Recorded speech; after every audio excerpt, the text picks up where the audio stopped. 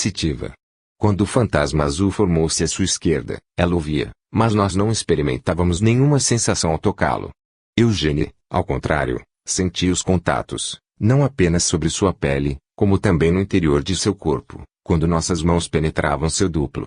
O Dr. Bordier, tendo colocado sucessivamente e com precaução seu dedo indicador em diferentes pontos do interior do duplo, perguntou a Eugênie em que ponto ela se sentia tocada.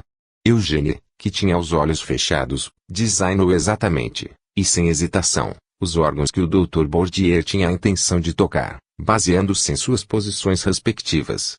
Encontrar-se-á no primeiro capítulo da terceira parte uma certa quantidade de documentos que mostram que a existência do corpo astral foi admitida em todos os tempos pelos filósofos iniciados. Capítulo 2. Regressão da memória e previsão. Minhas experiências concentraram-se em 19 sujeitos, a saber: Caso N. Graus 1, Laurent, 1893. Caso N. Graus 2, José Penny, 1904. Caso N. Graus 3, Eugênie, 1904. Caso N. Graus 4, Senhora Lambert, 1904. Caso N. Graus 5, Louise, 1904 a 1908 a 1910. Caso N. Graus 6, Maio, 1904 a 1905 a 1906. Caso N. Graus 7, Senhorita Roger, 1905. Caso N. Graus 8, Senhora J, 1905. Caso N. Graus 9, Senhor Surel, 1905. Caso N. Graus 10, Victoria, 1905. Caso N. Graus 11, Juliette, 1905.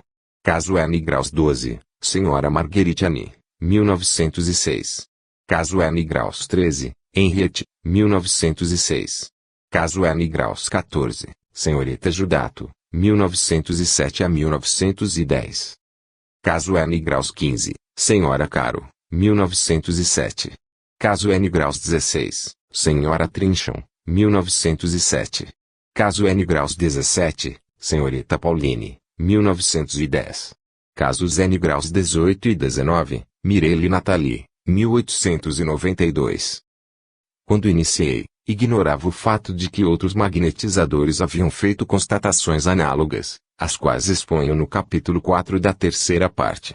Procurei sempre, em minhas sessões experimentais, ter presente, para tomar notas à medida que esses fenômenos se produziam, uma terceira pessoa que não corria o risco de ser influenciada, como eu teria podido ser, pela espera do que eu supunha dever produzir-se. Os resumos reproduziam variações e erros, já esperados, os quais têm sua importância porque mostram bem a influência, no momento da experiência, do estado de espírito do sujeito sobre os fenômenos ainda inexplicados de regressão da memória e de previsões. Os numerosos e precisos detalhes relativos aos graus do sono e os fenômenos físicos que os caracterizam não me parecem inúteis, porque vêm em apoio a classificações que os médicos hipnotizadores não admitem, sem dúvida porque não tiveram oportunidade de observá-los. Caso N. Graus 1 Laurent, 1893. Minhas primeiras experiências relativas à regressão da memória datam de 1893.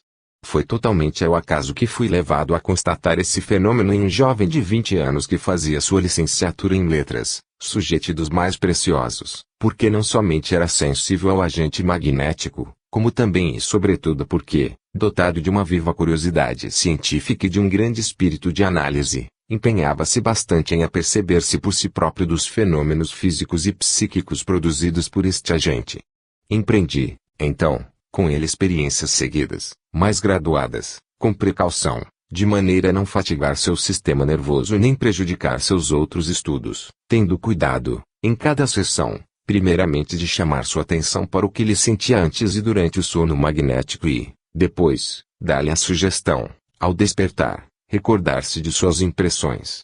Aconselhei além do mais a meu jovem amigo Laurent a redigir ele próprio, depois de cada sessão, as impressões que poderiam ser mais tarde, tanto para ele quanto para mim, uma fonte de informações muito preciosa, visto ser a primeira vez de que foi estudado desta maneira o fenômeno da hipnose. Eis o diário no qual eu não quis mudar uma palavra sequer, limitando-se a dar em notas algumas explicações ou modificações.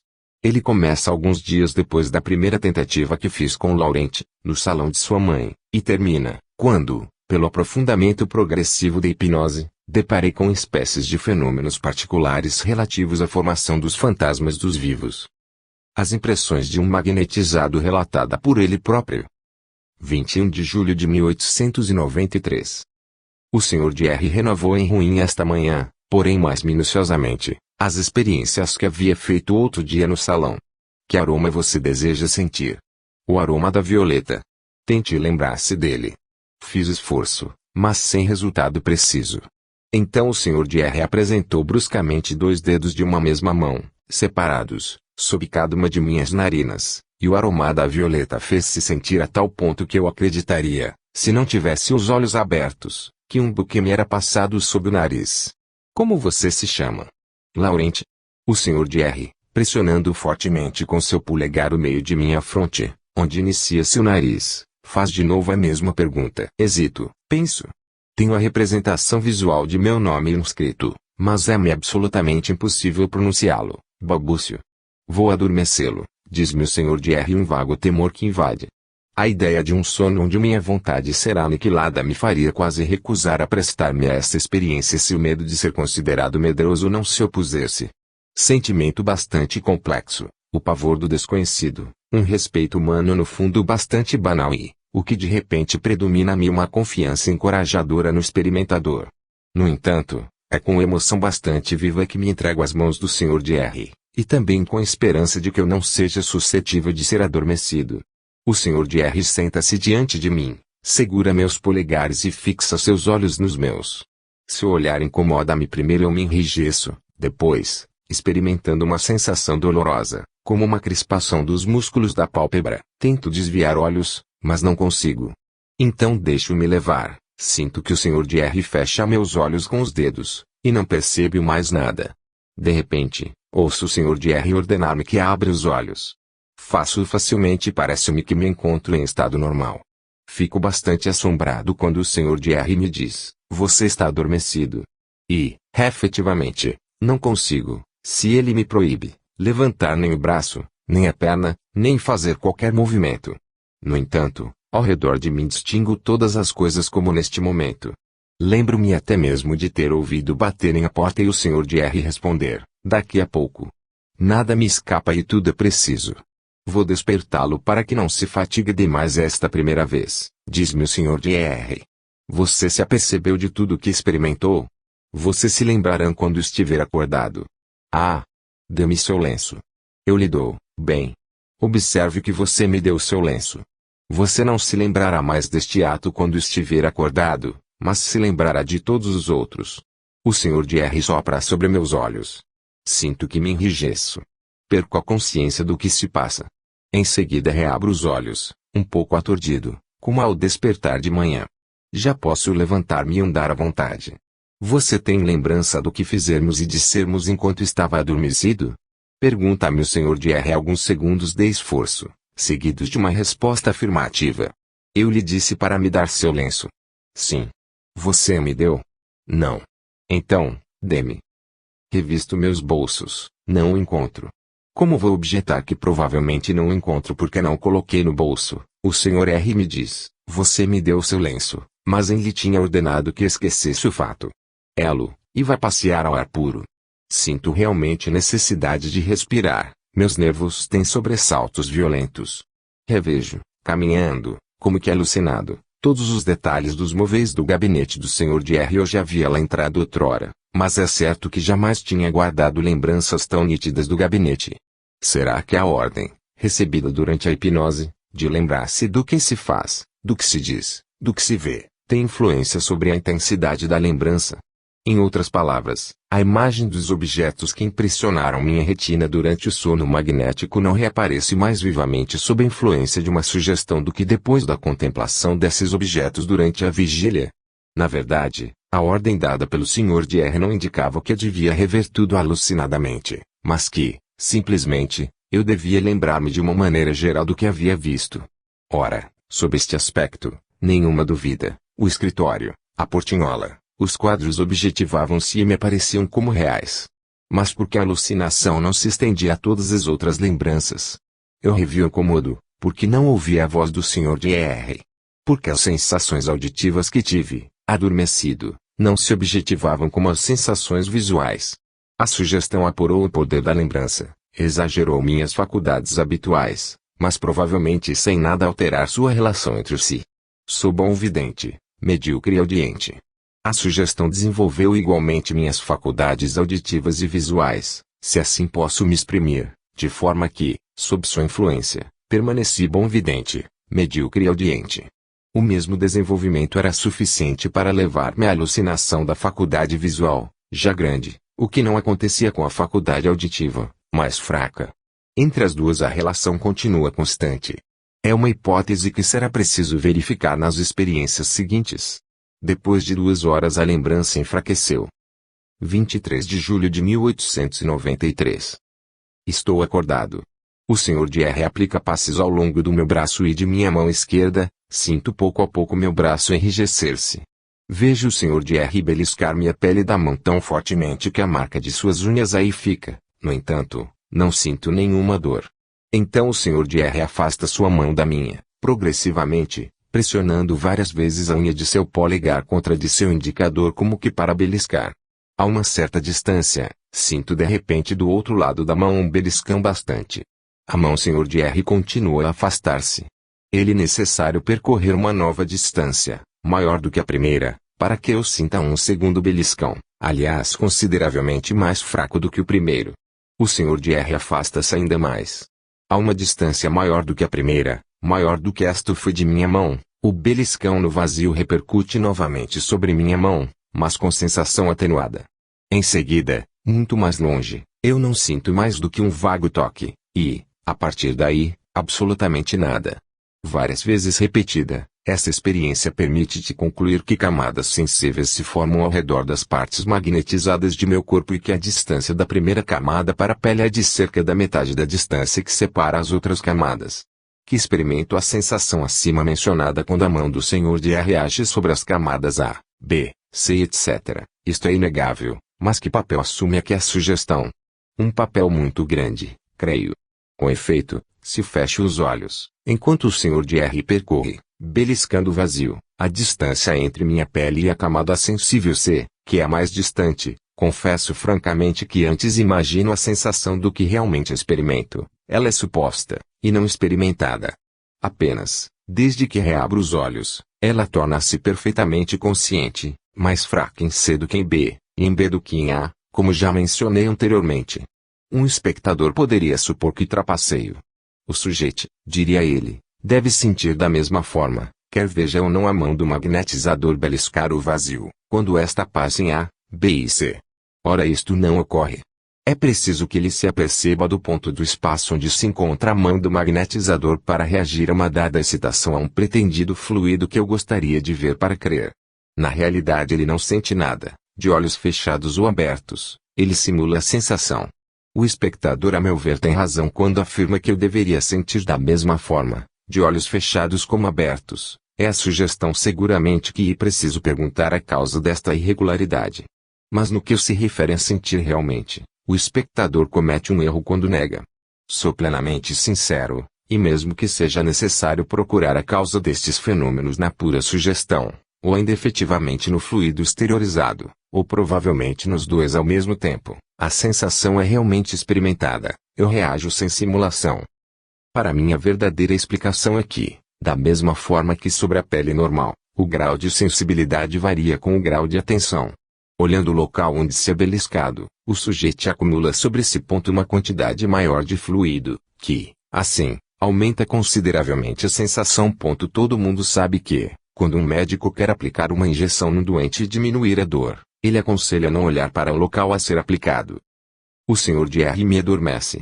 Abandono-me ao sono com confiança, sem o medo do primeiro dia. As mesmas experiências renovadas dão o mesmo resultado. Minhas observações de hoje confirmam o que eu supunha, outro dia, relativamente à relação constante entre minhas faculdades auditivas e visuais sob a influência da sugestão, como também no estado normal. Faz-se nova experiência. Pense em alguém, diz o Sr. Dr. Você vai ver a pessoa em quem pensa sentada numa poltrona à sua direita. Penso em minha irmã, sem nada dizer. Volto e me emito um ó de surpresa, vendo, Com efeito, minha irmã no local indicado. Continua com os olhos fixos algum tempo sobre ela, que não se mexe. Mas desvio-os, em seguida, por um segundo, e tornou a dirigi-los, agora em vão, para a poltrona onde ela me apareceu. A visão desvaneceu-se e é preciso uma nova ordem do Sr. de R para que ela me reapareça. Durante a passagem do sono para o estado de vigília, não experimento nenhuma sensação particular, ou então ela é tão vaga que não posso defini-la. 25 de julho de 1893. O Sr. de R me adormece e diz: há um buquê de rosas num vaso com água sobre a mesa atrás de você. Vá tocá-lo. Sem hesitação caminho em direção à mesa. Efetivamente, um buquê que retiro do vaso coro água. Tento sentir o aroma das rosas, mas elas não exalam nenhum odor. Flexione sua fronte vagarosamente, diz-me o Sr. de R. Faço e, imediatamente após, o buquê desaparece. Desta forma a alucinação limito a exata sugestão dada, veja e toque, mas não me foi dito para sentir o aroma. Continuo adormecido. O Sr. de R. começa por renovar as experiências de anteontem sobre a exteriorização do fluido sensível. Toco um objeto, não o sinto. A sensação do contacto existe somente se o objeto é colocado à distância e de acordo com as leis de distanciamento observadas anteontem sobre minha mão, enquanto que apenas meu braço estava magnetizado. Mas não é somente a sensação do contato que posso agora experimentar, de acordo com as mesmas leis. O Sr. de R. pega um frasco tapado e o passa sob meu nariz, bem contra as narinas. Não sinto absolutamente nada. Ele então distancia o frasco. Tão logo este se encontra a uma certa distância, na primeira camada sensível, reconheço o aroma da erva ursa.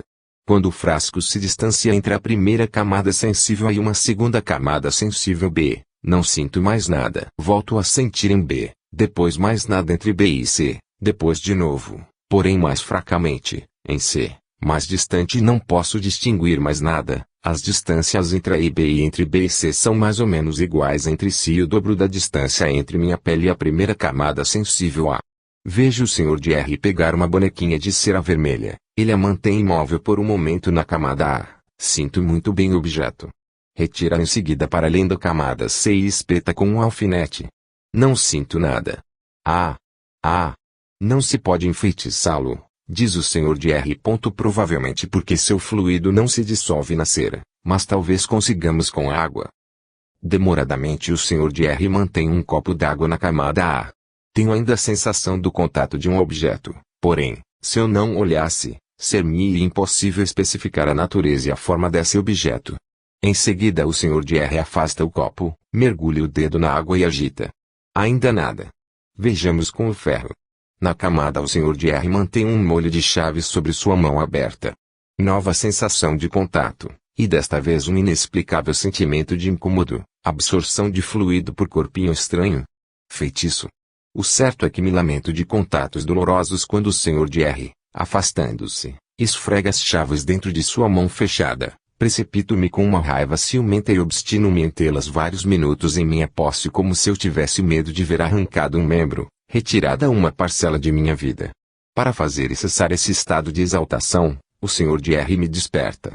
Você poderá tornar-se, depois de muitas sessões, um sujeito precioso, disse-me ele rindo, mas devolva-me minha chave. É preciso que alguém as tire de ruim. 16 de outubro de 1893. Progrido lentamente. Várias outras sessões ocorreram desde a última que relatei. São sempre os mesmos invariáveis fenômenos, que apenas se produzem mais rapidamente em sua invariável sucessão. Há 2 dias, no entanto, o Sr. de R. conseguiu levar-me ao que ele chama de terceiro estado da hipnose. A segunda letargia, pela qual se tem de passar para chegar a esse estado, é de mais longa duração do que a primeira. Então a insensibilidade é tal que posso tocar um tição sem retirar minha mão. Desta constatação feita ontem, tenho uma prova visível na ponta de meu indicador um pouco ferido. O que sobretudo distingue o terceiro estado do segundo é que não se vê nitidamente os objetos como no sonambulismo. Tudo é confuso. O Sr. de K pergunta-me se ouço o tic-tac do relógio de parede. Respondo, fracamente. Em suma, apenas o Sr. de R. veja nitidamente. A sugestibilidade subsiste. Olha à sua direita sobre a chaminé, diz-me o Sr. de R. Há um buquê. Efetivamente vejo um buquê que é substituído por um castiçal, se retire de mim a sugestão, friccionando minha fronte. É preciso observar que o buquê sugerido aparece-me nitidamente, enquanto o castiçal, como todos os outros objetos reais, são como que encobertos por uma bruma. Eis uma outra sugestão. Imagine que sou o Sr. X. O Sr. R diz-me o nome de um funcionário que nós dois conhecemos. Com esta frase, dita com o tom natural da voz, a sugestão é ineficaz. Vamos. Vamos, insiste o Sr. R. Eu sou o Sr. X, eu sou ele. A imagem do Sr. X passa diante de meus olhos, mas sem fixar-se. No momento em que o Sr. R toca-me bruscamente o ombro, vejo imediatamente o Sr. X em seu lugar, sentado diante de mim. A conversação começa. Nada impede a ilusão, já que o Sr. R, conhecendo a situação da pessoa que acredito que ele seja, dá respostas verossímeis às perguntas que indiferentemente faço. Na realidade, todavia, eu me apercebo vagamente de que se trata de uma ilusão e que não é ao Sr. X que falo. Apenas é impossível não falar como eu falaria se realmente fosse o Sr. X quem estivesse ali presente. Ao despertar estou mais atordoado do que em geral e mal consigo afugentar uma inquietude bastante particular. Inquietude de quê? Não sei dizer, de meu espírito. 19 de outubro de 1893. Novamente, e com mais facilidade, o Sr. R conduz-me ao terceiro estado, que ele chama de estado de relação, porque todos os objetos que ficam enevoados pelos meus sentidos tornam-se de novo nítidos a partir do momento em que o magnetizador, que continua sempre perfeitamente visível e que até toma, aos olhos do sujeito levado a este terceiro estado, a uma espécie de realidade luminosa, coloca-o em raporte com eles, tocando-os. Para fazer-me ouvir distintamente o tic-tac do relógio de parede, o Sr. R precisa apenas interpor sua mão entre o relógio e minha orelha. O Sr. R, por exemplo, oferece-me um livro. Tenho dificuldades para lê-lo, os caracteres aparecem mal impressos. No entanto, se o Sr. R põe sua mão no meio da página, dele irradia-se como que uma luz que, por toda a sua volta, dá aos caracteres pretos toda a sua nitidez. Sessão bastante curta. Pareço fatigado. O Sr. R desperta-me. 21 de outubro de 1893. Hoje, repetição de todos os fenômenos, já observados no segundo e no terceiro estados. Continua muito lento para passar do sonambulismo ao estado de relação. Talvez porque eu seja desconfiado, ou porque uma autossugestão, que consiste no firme desejo de não tornar o falso pelo verdadeiro, persista até no sono e faça antagonismo às influências magnéticas. O Sr. R, a propósito de uma pergunta que me faz e a qual não respondo, fazendo no entanto esforço para recordar-me do fato que me permitiria responder, observa que, nesse terceiro estado, perdi a memória do presente. Por exemplo, não sei onde estou. Sei que é o Sr. R quem se encontra diante de mim, porém eu não poderia dizer o que ele é, administrador da escola politécnica ou exercendo qualquer outra profissão. Todavia, guardo intacta a lembrança das experiências precedentes. Para estabelecer com exatidão o período de minha vida que foge à minha memória, o Sr. R emprega este engenhoso meio: você teve aulas de filosofia? Pergunta-me ele. Sorrio e respondo: oh, não, como poderia dizer uma jovem escolar que consideraria a aula de filosofia alguma coisa de muito bonita e bastante distante? De retórica. Cursou 1 graus ano do 2 graus grau? A 8 graus série? A 7 graus série? A resposta é sempre negativa e pronta: a 6 graus série. A 5 graus? Aqui eu me perturbo, reflito, hesito. É lamentável que, no momento em que escrevo, apesar da ordem recebida de lembrar-me das sensações experimentadas durante o sono, eu não consiga refazer exatamente o trabalho que se operou em mim nesse minuto. Apenas creio que vi passar a imagem de meu professor da 5 graus série, sem poder estabelecer se era realmente o da 5 graus série ou da 4 graus. Foi por isso, sem dúvida, que hesitei. De qualquer forma, ainda respondi não. Foi apenas no momento em que o Sr. R me perguntou: você se recorda de seu professor da 3 graus série? Que espontaneamente afirmei vê-lo. Mas você o vê como se ele estivesse aqui. Insiste o Sr. R. Sim, sim, é meu professor. Enfim, você distingue bem se, sim ou não, você é um aluno da 3ª série. Este homem é seu professor desta série ou simplesmente você se recorda de tê-lo tido como professor? Após um esforço bastante grande, arrisco uma resposta confusa. Creio que ele foi meu professor, Mas depois dele não tive outros, me parece. Aqui, por felicidade, reencontro as fases pelas quais passou meu espírito. Enquanto eu fazia um esforço sincero para responder com exatidão a pergunta feita, a verdadeira solução não se apresentando e eu me fatigando ao procurá-la, disse-me a mim mesmo: vou responder qualquer coisa. Mas imediatamente após, não posso enganar. Fenômeno singular. Em um segundo tive consciência de que eu servia de sujeito a um magnetizador, que eu era o que na realidade sou e não um aluno da 3 graus série e que era necessário permitir da conclusão da experiência, apesar de tudo. Ignoro o que eu teria inventado se este brusco chamamento à realidade não tivesse intervindo para fazer empenhar-me com a sinceridade. Não posso enganar. Na realidade, esta frase veio-me ao espírito durante o lampejo de consciência que me representou aos olhos como que um jovem de 20 anos, prestando-se a experiências de hipnotismo para sua instrução, preocupado em não errar e, além do mais, interessado em não enganar o experimentador, o que seria enganar-se a si próprio. Fenômeno a relacionar com esta observação do Dr. Gibier. Conheci um médium jovem bastante honesto que não praticava sua mediunidade com a qual se observavam diversos fenômenos de levitação e de movimentos de objetos absolutamente reais. Confessou-me ele que diversas vezes tinha se sentido como que impelido a acrescentar alguma coisa ao que produziria, sentia um desejo violento de simular um fenômeno qualquer, enquanto que podia com suas faculdades naturais obtê-lo melhor. Analisando essa espécie de impulsão, ele há de dizer que ela nascia, por um lado, do desejo de causar admiração nos assistentes, por outro lado, do desejo de enganar seus semelhantes, em terceiro lugar, do receio da fadiga, já que, após sessões nas quais fenômenos intensos são obtidos, os médiuns ficam às vezes extenuados. Porém ele acrescenta que qualquer outra causa de que não se dava conta, sem dúvida da natureza impulsiva, juntava-se a todas as precedentes e fazia sentir mais insistente. Assegurava-me, aliás, que tinha sentido resistido à tentação análise de choses. Esta propensão a enganar parece ser inerente ao organismo dos sensitivos e dos médiuns. É preciso levar isto em consideração na observação dos fatos, mas não cometer a imprudência de tudo atribuir à fraude, quando já se observou um caso desses. Que teria ocorrido se o despertar de minha personalidade não tivesse acontecido? Eu teria, sem dúvida, cedido ao desejo de fazer cessar o esforço fatigante, ou teria respondido ao acaso com qualquer coisa aproximativa, depois, para não me contradizer, pois observei era outros sujeitos, que certamente se creiam de boa fé, que é impossível fazê-los confessar que se enganaram, por mais manifesto que seja seu erro, eu teria chegado, por uma série de respostas aproximativas, à pura mentira, à invenção, à simulação. E como o Sr. de R. se teria percebido?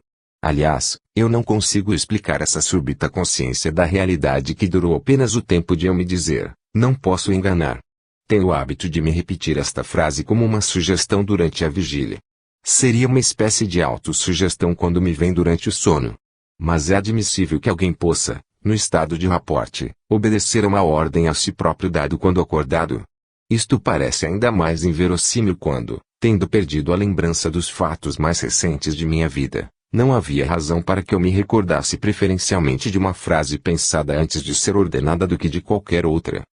Fica então estabelecido, sem mais comentários, que um sujeito adormecido pode dar-se conta de que ele serva de sujeito. Isso deve ser bastante raro. Entretanto, essa consciência, de alguma forma virtual, do estado em que se está, não deve deixar de influir surdamente sobre as respostas do sujeito às perguntas que lhe são feitas e de representar um papel importante nessa simulação inconsciente que o Sr. Bergson assinalou outrora. Revue pelos Wuppick, 1888. Porém, quando ela se determina, que perturbação profunda deve causar no decorrer da experiência? Ela conduz o sujeito a si mesmo. O perigo é em parte afastado quando o sujeito, voltando a si, deseja ser sincero. Mas se, ao invés de se dizer não enganemos, ele é indiferente e pouco preocupado com a verdade, como habitualmente acontece. Se, além do mais, ele sente esse desejo que observei de fazer a experiência alcançar êxito. Se, naturalmente comediante, vem-lhe a ideia de representar um papel tão logo volta a si. Para retornar à experiência, o Sr. de R. volta às suas perguntas. Como se diz rosa em latim? Não há resposta. Com efeito, na 3 graus série, ninguém me ensinou ainda o latim. Quem matou o gigante Golias? Davi. Quem foi o sucessor de Henrique IV? Não sei. Na 3 graus série eu era sem dúvida mais instruído em história sacra do que em história da França. Depois seguem perguntas sobre as 4 operações. Apreende-se nitidamente deste exame que tudo o que aprendi a partir da idade de cerca de 9 anos escapa-lhe completamente. Há que uma nova resposta em uma pergunta de outro gênero tenderia ainda a fazer-lhe achar que, apesar de tudo, dou-me conta de que estou adormecido. Você terra irmã? Pergunta o Sr. de R. Sim, mas só me lembro dela bem pequena. O que faz seu pai? Não o tenho mais. Eis o que respondo. Ora, quando eu tinha 9 anos meu pai ainda vivia. É necessário então que eu tenha noção do presente para que seja meu eu atual quem fale neste caso. A sessão termina. Muita fadiga. Ao despertar-me, o Sr. de R pergunta-me se vi um estranho durante o sono.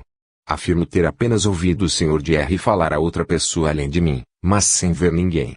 É entretanto real que um empregado veio pedir uma informação ao Sr. de R enquanto eu estava adormecido, porém, no terceiro estado, o sujeito vê apenas, como eu já disse, o magnetizador e os objetos ele que toca. Minha resposta confirma esta lei. 27 de outubro de 1893. Sessão bastante longa, mas, tendo o Sr. de R esquecido de sugerir-me a lembrança do que se passaria, não me recordo de nada. Parece que se pode, pressionando-se fortemente a fronte, evocar as sensações experimentadas. Todavia, ao menos no que me concerne a imaginação parece-me então alterar a memória. Não apresentando a lembrança certeza absoluta, como é que se tem sob a influência da sugestão, é mais sensato não lhe dar crédito. Constatarei nesta sessão, com auxílio de perguntas versando sucessivamente sobre acontecimentos desde os mais recentes até o nome ele seu professor da 3 graus série, que suas recordações concentram-se sobre aqueles cada vez mais distantes à medida que a hipnose se aprofundava. 8 de novembro de 1893. É preciso que eu fale sobre um fenômeno que tenho frequentemente observado estes dias. Tão logo em presença do Sr. de R, sinto-me sob sua influência, mesmo que na conversação não se trate de hipnotismo, e sem que ele me aplique passes ou me fixe para levar-me ao sonambulismo. No jardim de Luxemburgo, anteontem, enquanto eu passeava com ele, o Sr. de R dá-me esta ordem: você não pode mais andar. Imediatamente permaneço no mesmo lugar, as pernas rígidas, um pouco apavorado, mas sem razão, pois, tão logo me apercebo de estou sob a influência de uma sugestão, por si só meus músculos se relaxam e continuo o passeio sem a mínima dificuldade. Advertido assim de que o Sr. de R procura nesse momento tentar seu poder sobre o unisujeito desperto, permaneço atento, crendo que minha vontade será capaz de lutar contra as ordens recebidas. E, efetivamente, reagindo de alguma forma com antecedência logo que o Sr. de R abre a boca, chego a impedir que a sugestão se realize, sem todavia poder reter um gesto levemente esboçado, que é o começo da realização. Deixemos disso, diz-me o Sr. de R. E falemos de outra coisa. Não penso mais em uma possível sugestão quando o Sr. de R bruscamente exclama: abra sua mão direita. Apanhado de surpresa obedeço imediatamente e minha bengala cai no chão. Esta manhã, a simples presença do magnetizador foi suficiente para fazer-me cair na primeira letargia. Sem dúvida eu tinha vindo a seu gabinete para ser adormecido, eu já estava até sentado diante dele, eu não tinha ideia de resistir à sua influência magnética, e estas são condições essenciais do fenômeno que se produziu, e, ainda mais, foi a primeira vez em que observei isto e adormeci sem o concurso direto do magnetizador. O Sr. de R leva-me ao terceiro estado, o estado de rapport. Mesmo obliteração da memória de tudo o que se refere ao período de minha vida transcorrido desde a idade de 9 anos. Na verdade, admiro-me por voltar de repente a essa idade sem passar por etapas progressivas. O fato não é menos real, raciocino claramente, entretanto exprimo-me com um vocabulário restrito. Estou nas 4 operações em matemática e cometo erros de ortografia, escrevendo. Minha letra é infantil. Lamento não poder compará-la com a hora que eu rabiscava meus cadernos escolares perdidos. Não me recordo de ter tido, hoje, esse súbito lampejo de consciência que me fez perceber, em um segundo, durante a sessão precedente, que eu estava adormecido. É necessário observar que a sugestão possui menos força nesse terceiro estado do que nos estados precedentes. De acordo com o Sr. de R, sou um dos mais sensíveis a isso, não obstante, cedo menos facilmente do que no segundo estado, sonambulismo. Se, por exemplo, nesse segundo estado o Sr. de R me ordena, quando está atrás de mim, que o veja em carne e osso na poltrona que está diante de mim, a alucinação é completa, vejo e toco efetivamente uma pessoa viva, e a sensação não se torna mais nítida quando o Sr. de R senta-se ele próprio na poltrona. Ao contrário, no terceiro estado, sob a ordem do Sr. de R, vejo bem e sinto lá onde ele não está, mas se ele se dirige realmente ao local onde creio vê-lo, apercebo-me de meu erro, enquanto, no segundo estado, entre sua imagem e ele, eu não encontrava diferença. 12 de novembro de 1893. Experiências feitas novamente no terceiro estado. A exteriorização da sensibilidade segue as mesmas leis seguidas no segundo estado. As zonas sensíveis distribuídas eram a torno de meu corpo e separadas por intervalos constantes onde a excitação é vã. Essas zonas sensíveis são, aliás, invisíveis para mim, não vejo vestígios de eflúvios. Além do mais, observo sempre que a reação à excitação é mais viva e a sensação mais nítida quando sou advertido e vejo o ponto da zona sobre a qual é dirigida a excitação. Apagam-se as luzes e deixa-se o cômodo numa obscuridade completa. O Sr. de R apresenta-me então um diamante, sem que eu saiba. Ao final de um instante distingo duas frouxas luminosidades em alguma parte no espaço. É precisamente aí que encontro o diamante. Aliás, essas luminosidades são tão vagas para meus olhos que não posso definir exatamente sua cor. O Sr. de R estende-me em seguida seus dedos, que não me parecem mais luminosos do que como os vejo habitualmente. De qualquer forma, não vejo nenhum eflúvio saindo deles. Enfim, o Sr. de R, colocando sua mão sobre o peito, pergunta-me se não enxergo dentro dele. Absolutamente não. E não vejo também nada em mim mesmo. Acho prudente encerrar aqui estas anotações. À medida que o sujeito chega a um estado mais profundo, a sugestão adquire cada vez menos poder sobre ele. Por conseguinte, apesar de o Sr. de R sugerir-me a recordação do que se passa comigo durante o meu sono, desperto eu não me recordo de nenhuma de minhas ações, de nenhuma de minhas palavras. Eu disse que, pressionando-se fortemente a fronte, e por um esforço persistente, podiam-se evocar palavras e ações que se crê terem sido ditas e realizadas, porém também acrescentei que isto parecia como que uma ilusão. A partir do momento em que entrei nos estados mais profundos do que o terceiro, tive de resignar-me a não mais me observar e, por saber o que se passou comigo, fixar-me nas observações do Sr. de Roxas, o que faço sem esforço. Laurente. Caso N. Graus 2 Josephine, 1904. Josephine é uma jovem de 18 anos, doméstica na casa de um alfaiate de Voiron, Sr. C., interessado, assim como sua esposa, pelo espiritismo, do qual são os únicos adeptos nessa cidade. Possui inteligência bastante comum e é tratada familiarmente por seus patrões, que a acusam apenas de ser uns pouco astuciosa. Ela é bastante sensível a magnetismo. Um dia caiu de sua altura de 0,2,50 metros, deu uma forte pancada com a coxa sobre o ângulo de uma máquina de costura e feriu-se bastante, o que a fazia mancar. Adormeci e exteriorizei seu duplo como ela via nele bem o local da ferida, colocou ali minha mão, que deixei durante 2 minutos. Ao despertar estava completamente curada. Adormecia por meio de passes longitudinais para conhecer os fenômenos que ela apresentaria e fiquei admirado ao constatar que, sem nenhuma sugestão, eu a fazia remontar o curso de sua vida, assim como a Laurente, que não mais observei desde 1893. Ela com a idade de 7 anos. Pergunto-lhe o que faz. Frequento a escola.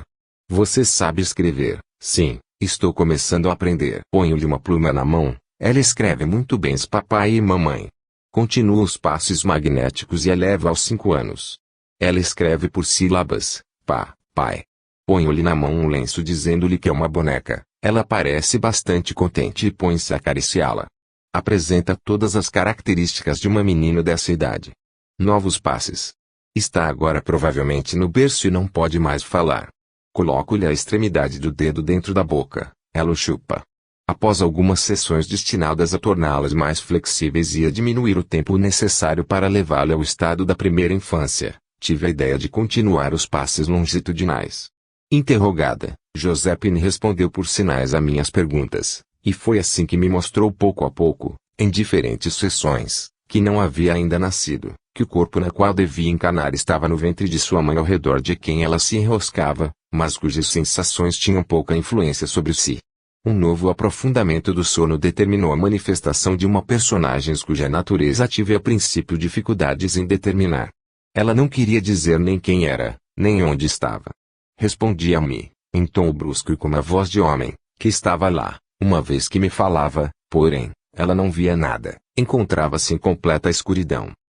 Encontrava-me assim lançado numa espécie de pesquisa da qual eu estava longe de suspeitar, e para que eu pudesse aí me encontrar, foram-me necessárias várias sessões durante as quais, trazendo de volta ao presente, envelhecendo ou rejuvenescendo alternativamente o sujeito em suas existências anteriores, através de passes apropriados, coordenei e completei informações que eram frequentemente obscuras para mim, porque eu absolutamente não previa, no começo, aonde ela queria conduzir-me porque eu compreendia dificilmente os nomes próprios que se referiam a regiões ou a personagens desconhecidas. Apenas, após pesquisas nos mapas e nos dicionários, consegui determinar exatamente os nomes e pude tomar nos próprios locais informações das quais falarei mais adiante. E bom lembrar aqui que, na maioria dos sujeitos, o sono magnético faz surgir uma série alternativa de fases de letargia durante as quais não conseguem dar a conhecer suas impressões em consequência de uma paralisia momentânea de seus nervos motores e de fases de sonambulismo durante as quais podem falar, mas apresentam a insensibilidade cutânea. Gozam então de novas faculdades tanto mais desenvolvidas quanto mais profundo seja o sono. Durante as fases de letargia, o sujeito continua em relação com uma parte do mundo exterior. Se, após o despertar, pressiona-se sobre sua fronte o ponto da memória sonambúlica, se desperta a memória do que se passou enquanto ele estava adormecido, tanto durante estas fases como durante as outras.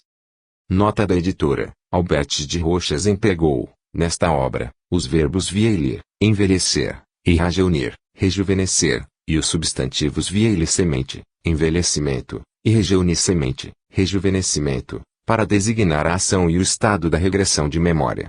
A editora resolveu mantê-los, ainda que os considere impróprios. Esses termos não tiveram curso entre nós e não os vemos em nenhuma obra similar importante, como, por exemplo, as do competente pesquisador Hermínio Miranda. Consideramos mais adequados os verbos regredir, recuar, retroceder, avançar, etc., bem como os substantivos correlativos. Essa opção acrescenta maior clareza aos textos, já que o rejuvenescimento, por exemplo, sua seria compreensível nos limites da encarnação presente. Ultrapassada a barreira uterina, na regressão, surgirão personalidades adultas, ficando sem sentido a ordem anterior para rejuvenescer. Por outro lado, o próprio Albert de Rochas se valeu, noutros momentos, das expressões que defendemos: recuar, ir adiante, retroceder no tempo, para frente, regredir, voltando sempre no tempo, recuar no tempo, retroceder ainda mais, em direção ao futuro, apressar a caminhada no tempo, retroceda ao passado, reconduzo ao instante atual, tanto na regressão como na progressão, etc. Tendo-se o sono tornado ainda mais profundo, foi um velho deitado em sua cama e doente ao mito tempo quem respondeu às minhas perguntas, após inúmeros rodeios, como um camponês astuto que teme comprometer-se e quer saber por que interrogado. Enfim vim a saber que ele se chamava Jean-Claude Bourdon e que o lugarejo onde se encontrava era Champivent, na comuna de Poliat, porém ele não sabia em que departamento. Pouco a pouco consegui captar sua confiança e eis aqui o que soube de sua vida, cujos diversos períodos filo reviver várias vezes. Ele nasceu em Champivent em 1812. Frequentou a escola somente até os 18 anos, porque não aprendia grande coisa, podendo estar presente apenas durante o inverno e repetidamente faltando às aulas. Fez o serviço militar no 7 graus Regimento de Artilharia, em Besançon. Devia permanecer no regimento durante 7 anos, porém a morte de seu pai permitiu sua liberação com apenas 4 anos. Não recordo o nome de nenhum de seus oficiais. Por outro lado, sabe que se distraía bastante com os camaradas e as moças, narrando-me suas escapadas, enquanto anelava o bigode. De retorno à terra natal, reencontra sua boa amiga Jeannette a quem devia desposar antes de partir e da qual só me falou curando. Agora sabe que não é preciso desposar as mulheres para servir-se delas, não quer mais casamento e mantém Jeannette como amante. Observei-lhe que podia engravidar a pobre moça, bem, depois. Ela não será a primeira nem a última. Envelheceu isolado e fazendo ele próprio sua comida, limitada a sopa e charcuterias. Possui em sua terra um irmão casado com filhos, queixa-se de seus procedimentos para com ele e não os vê. Morre com a idade de 70 anos após uma longa doença. Durante o período correspondente à doença, pergunto-lhe se não pensa em chamar o padre. Ah! Você está zombando de mim. Você acredita em todas as besteiras que ele me diz? Ora, vá. Quando se morre, é para sempre. Morre.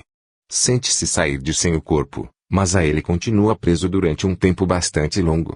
Pôde seguir seu enterro flutuando acima do caixão. Compreendeu vagamente o que as pessoas diziam. Que grande alívio. Na igreja, o padre andou em torno do féretro e produziu assim uma espécie de muro um pouco luminoso que o protegia dos maus espíritos que queriam precipitar-se sobre ele. As preces do padre também o acalmaram, porém tudo isso pouco durou. A água benta afastava igualmente os maus espíritos, porque os dissolve em toda parte onde os alcança. No cemitério, ficou perto de seu corpo e sentiu-o decompor-se, o que o fazia muito sofrer. Seu corpo fluídico, que se tornou difuso depois da morte, retomou forma mais compacta. Ele vive na obscuridade, que lhe é penosa, mas não sofre, porque não matou nem roubou.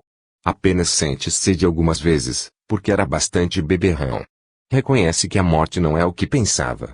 Não compreende bem o que lhe aconteceu, mas, se soubesse antes o que agora sabe, não teria zombado tanto do padre.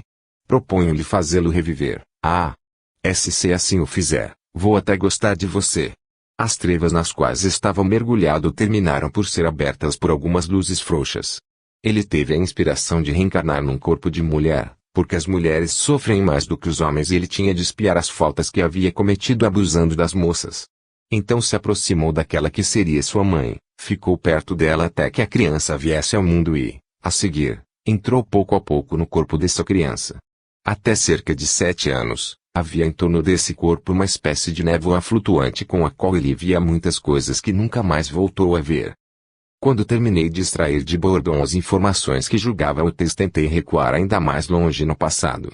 Uma magnetização prolongada durante cerca de 45 minutos, sem demorar-me em nenhuma etapa, levou-me a Jean-Claude bem pequeno.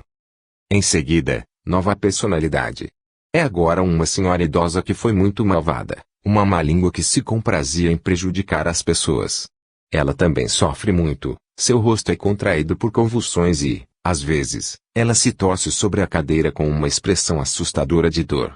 Encontra-se em uma trevas espessas, cercada de maus espíritos que tomara formas horrendas para atormentá-la e atormentar os vivos quando podem. É este o maior prazer deles.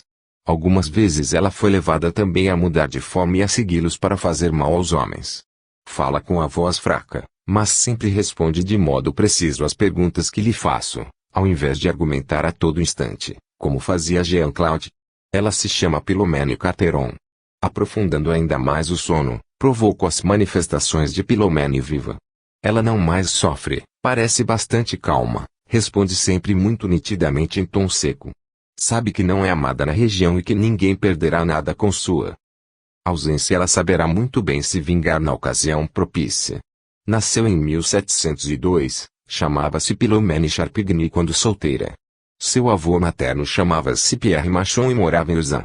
Casou-se em 1732, em Chevreaux, com um homem chamado Carteron, com o qual teve 2 filhos que perdeu. Antes de sua encarnação, Philomène havia sido uma menina, morta em tenra idade.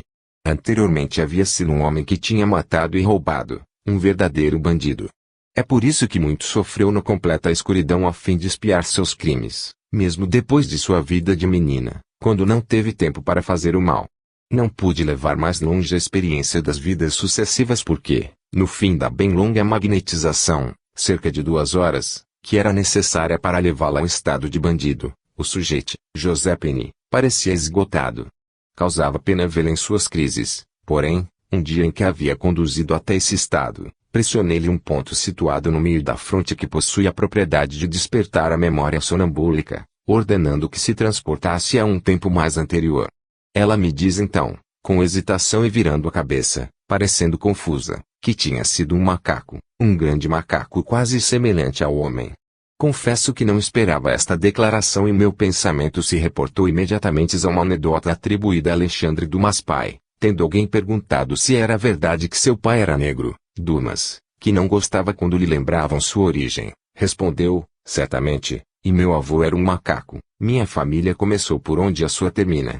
Entretanto, mantendo a seriedade, limitei-me a manifestar minha admiração por ouvir que uma alma de animal tornou-se uma alma de homem. Ela me respondeu que nos animais havia, como nos homens, naturezas boas ou más e que, quando o animal tornava-se homem, este permanecia com os instintos do que havia sido como animal.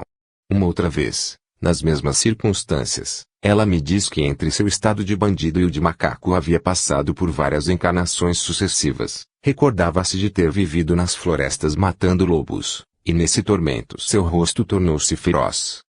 Tendo interrompido durante alguns meses minhas experiências com José Penny, fiz uma viagem a Paris e tentei ver que resultado daria meu modus operandi com a Sra. Lambert, um de meus antigos sujeitos. Ver se há mais adiante uma exposição de seu caso, de como fui conduzido a orientá-la para o futuro ao invés do passado. Tão logo retornei a Voiron, tentei com José Penny esse método de premonição sem nada lhe dizer sobre minhas experiências em Paris. Eis o resumo dos resultados obtidos. Primeira sessão.